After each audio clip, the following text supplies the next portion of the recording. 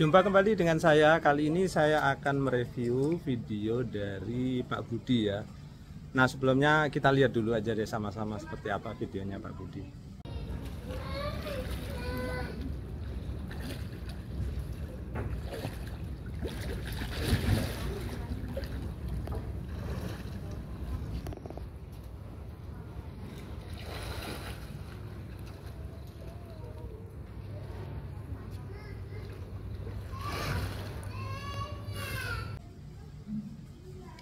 Nah, dari video yang kita lihat tadi, apa yang bisa kita lihat ya, Pak Budi ini sebetulnya ya memang baru banget belajar berenang ya. Jadi sangat wajar kalau beliau masih kesulitan ya ketika mengirimkan videonya. Nah, jadi beliau minta saran ke saya apa yang bisa dilakukan untuk memperbaikinya. Karena apa yang kelihatan tadi yaitu beliau masih kesulitan ambil napas ya, makanya tadi setelah kira-kira 3 kali ambil napas ya, terus beliau berhenti karena kesulitan. Nah, dari beberapa gerakan yang saya lihat, yang pertama gerakan kaki beliau sebetulnya lumayan ya. Kenapa? Hasilnya itu beliau bisa maju ya. Jadi kalau bisa maju itu artinya kakinya udah bisa mendorong air dengan benar gitu ya.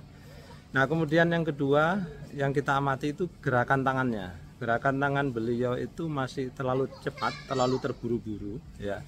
Nah, gerakan tangan kalau terlalu cepat itu justru banyak selipnya kalau dengan air, sehingga beliau agak kesulitan mengangkat kepalanya ketika mau ambil napas gitu ya.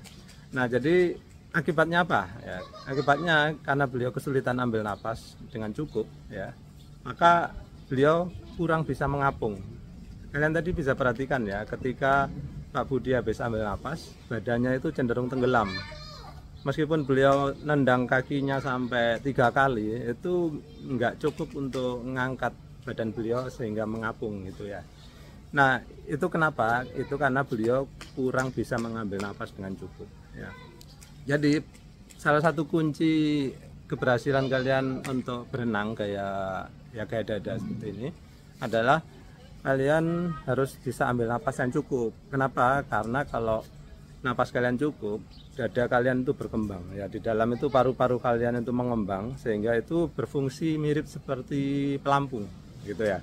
Nah, kalau kalian napasnya kurang, akibatnya apa? Pelampung kalian kempes ya, bahkan mungkin nggak cukup udaranya untuk mengapungkan badan kalian. Dan itulah yang terjadi kepada Pak Budi tadi. Jadi saya sarankan agar beliau lebih tenang lagi. Sebetulnya sih beliau cukup tenang ya untuk sebagai pemula ya. Beliau kelihatannya itu cukup sabar menunggu sehingga sampai melakukan tendangan kaki 3 kali itu usaha yang bagus ya menurut saya. Tapi ya itu tadi ya, karena tangannya ngayunnya mungkin kecepatan ya, banyak slipnya sehingga kepalanya kurang terangkat. Jadi itu yang saya beri saran, jadi agar beliau lebih ngayunkan tangannya itu lebih mantap ya, sehingga kepalanya bisa lebih terangkat, kemudian ngambil waktu untuk ngambil napasnya jadi cukup. Ketika ngambil napasnya cukup, jadi paru-parunya terisi udara dengan cukup ya, dan banyak gitu ya, sehingga ngapungnya cepat gitu ya. Akhirnya beliau menerima saran dari saya, kemudian beberapa hari kemudian beliau mengirimkan video yang terbaru kepada saya. Ayo kita lihat kembali videonya.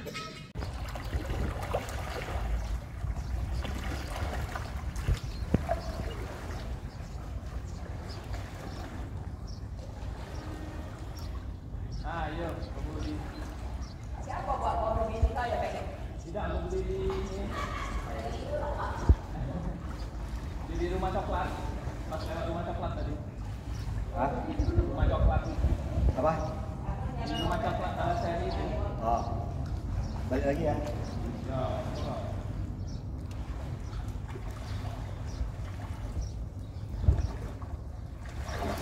Wow, cantiknya bolunya. Iya. Saya bisa tidak buat seloyang ya. Oi, bolu marmer nih. Berhasil.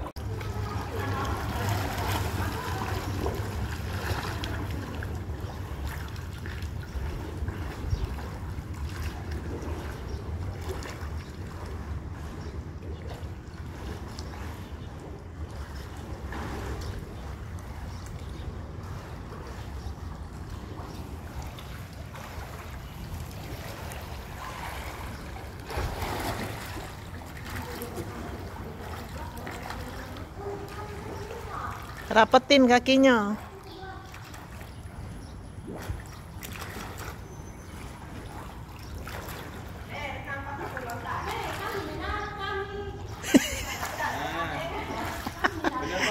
Laju, laju.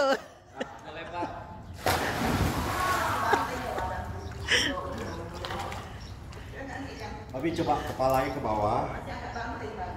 Kan gitu.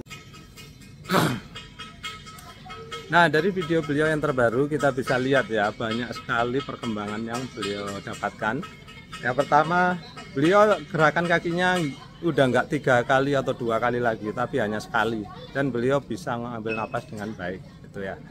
Jadi menurut saya sih sampai sini itu Pak Budi udah berhasil ya. Jadi ya tinggal latihan aja dilanjutkan. Tapi beliau masih minta saran kepada saya apa yang bisa dilakukan untuk ya improve ya, untuk meningkatkan kemampuan berenang beliau. Jadi kalau dari saya sih, kalau memang pingin saran lagi ya, dari cara renang beliau itu bisa ditingkatkan ini ketenangannya. Jadi selalu saya sarankan selesai mengayunkan kaki itu jangan buru-buru ambil napas ya, nikmati aja dulu luncurannya. Setelah ambil napas nyelam aja gitu, kira-kira 2 detik baru ambil napas gitu ya. Kalau kita buru-buru akibatnya apa? Itu kita cepet capek gitu ya. Jadi ketika kita ambil napas terus meluncur di dalam air, itu kita sambil istirahat sebetulnya. Jadi kita bisa menghemat energi ya. Jadi oksigen, kadar oksigen dalam darah kita itu nggak cepat turun gitu. Ya, itu yang saya sarankan. Jadi saya kira cukup ya untuk Pak Budi. Sekian aja dulu saran dari saya. Kemudian ada satu hal yang saya ingin komentari ya, ini hal positif. Jadi ketika Pak Budi melakukan atau mengambil video berenang beliau, yang lagi ngamerain itu, yang lagi ngerekam itu berteriak-teriak mengingatkan kakinya lurus atau kakinya rapat. Jadi itu saya senang sekali ya, karena berarti video saya itu bisa dipahami ya. Jadi setelah mengayunkan kaki itu memang sebaiknya kakinya rapat gitu ya. Karena banyak orang setelah mengayunkan kaki itu kakinya nggak dirapetin ya, kakinya dibiarkan merenggang gitu, sehingga apa itu mengurangi kecepatan ya. Jadi kalau kaki kita rapat itu seperti ekor ikan gitu ya, yang mana badannya itu kan streamline gitu ya, badannya ikan itu kan nggak terpecah gitu. Jadi dari depan ke belakang itu utuh satu gitu. Sama ketika kita berenang, selesai mengayunkan kaki itu biarkan kaki kita merapat, jadi jangan merenggang gitu ya. Sama kayak bodi pesawat atau bodi kapal, semuanya itu selalu menyatu gitu ya. Jadi itu yang mau kita tiru, sehingga renang kita menjadi kecepatannya itu lebih bagus gitu ya. Baik, sekian dulu ya, mudah-mudahan saran dari saya ini bisa membantu Pak Budi agar bisa berenang lebih baik lagi. Sebetulnya sih udah cukup baik ya, tapi kalau bisa lebih baik lagi ya kenapa enggak gitu ya. Jadi bagi kalian yang lain silakan ambil pelajaran apa yang bisa kalian ambil kali ini ya. Sekian dulu dari saya, terima kasih sudah menyaksikan.